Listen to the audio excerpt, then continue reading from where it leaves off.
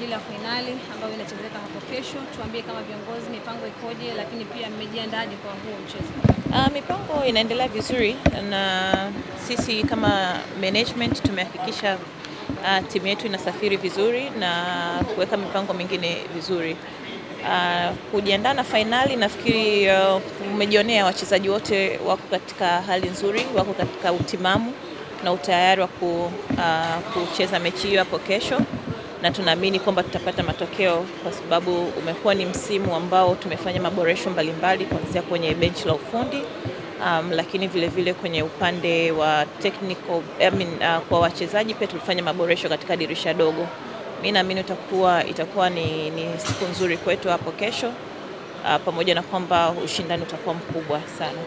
Unakwenda kucheza mechi ngumu na Azam FC, na tulimsikia kocha na yeye anasema kwamba na wao wanahitaji kikombe hicho kwa sababu ni muda mrefu hawajapata kikombe.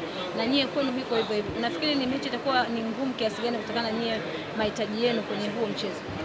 Sisi tunaamini kwamba kila timu ambayo imeshiriki katika msimu huu kwenye ligi ya Tanzania ni bora, na ndio maana kuna baadhi ya timu tulipata matokeo na kuna baadhi ya timu hatukupata matokeo, lakini naamini kwamba kutokana na ile hari na chachu ya kupata mafanikio msimu huu na kushika nafasi ya pili katika ligi yetu, bado inatuonyesha tuna uwezo wa kuweza kuchukua kombe la shirikisho, na naamini kwamba tayari vijana wetu wako na hari ya kupambania kombe hilo.